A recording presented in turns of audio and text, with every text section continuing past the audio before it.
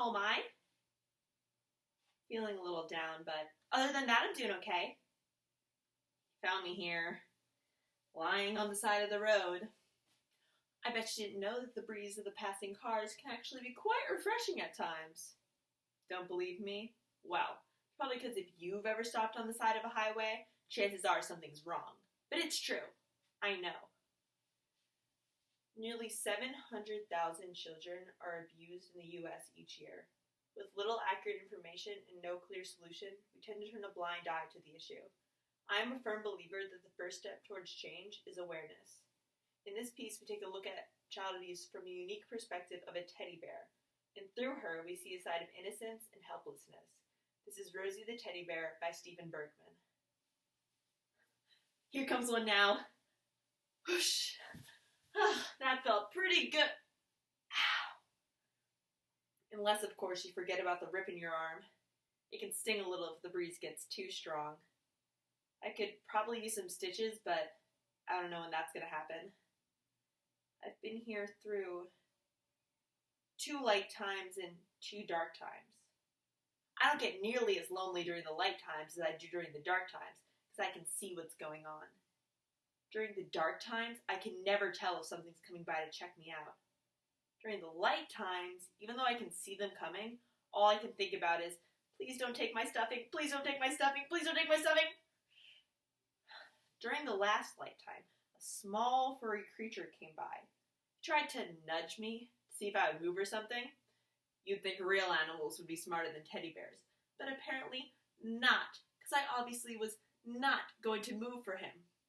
Well, when I didn't move for him, he put his teeth in my arm and threw me back and forth a couple of times like this.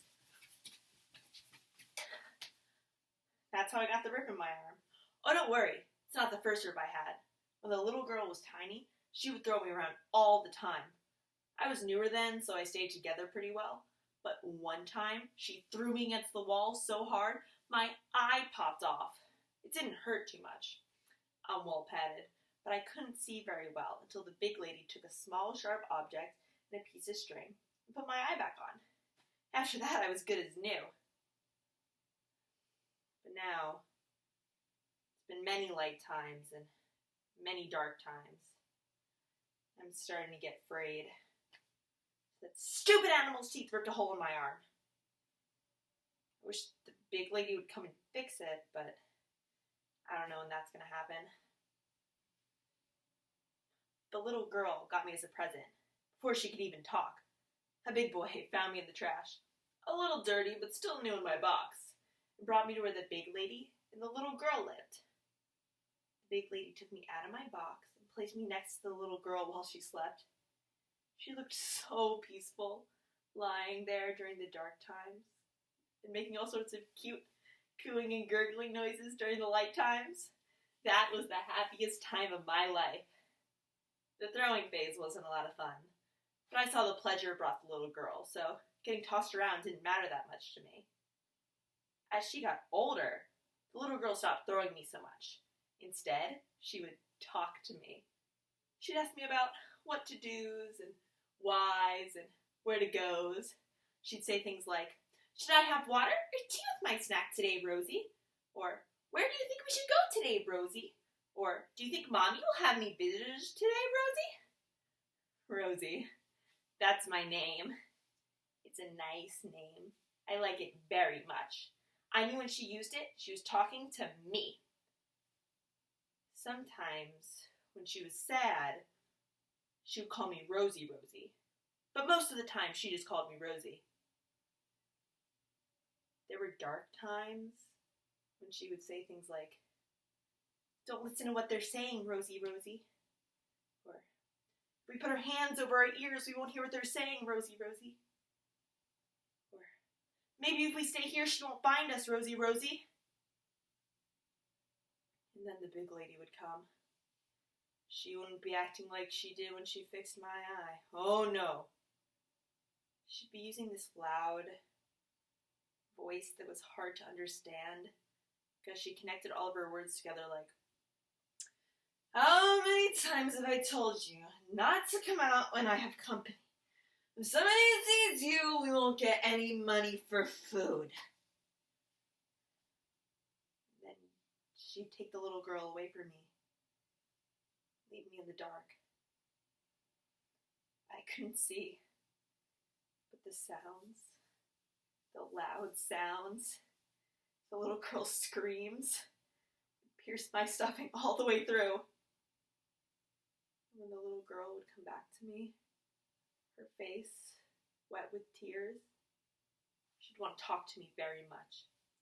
She'd say, "One day, Rosie, we'll run away, and then she'll be sorry." Or, "Oh, Rosie, will you just kiss this one spot on my arm? Because I know your teddy bear kisses will make it all feel better." I always gave her my teddy bear kisses whenever she asked. This isn't the first time I've been out of the house. The little girl and I would go tons of places with the big lady. But mostly, we just went to the old woman's. It wasn't a lot of fun. We'd get in the car and we'd drive all the way there, and then the old woman wouldn't even play with us. She put us in a room with a movie box. We just sat there, all quiet, until the big lady came back and said, "All right, time to go." And then we'd get back in the car and drive all the way home. Nobody saying a word. Except for the little girl would sing me songs in the back seat. They always made me smile. Then,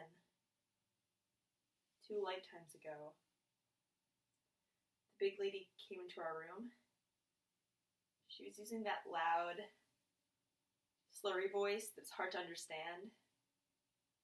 She said, "Come on now, it's time to go. We're gonna go to the old woman's. Let's go, don't be slow, get in the car." So we got in the car.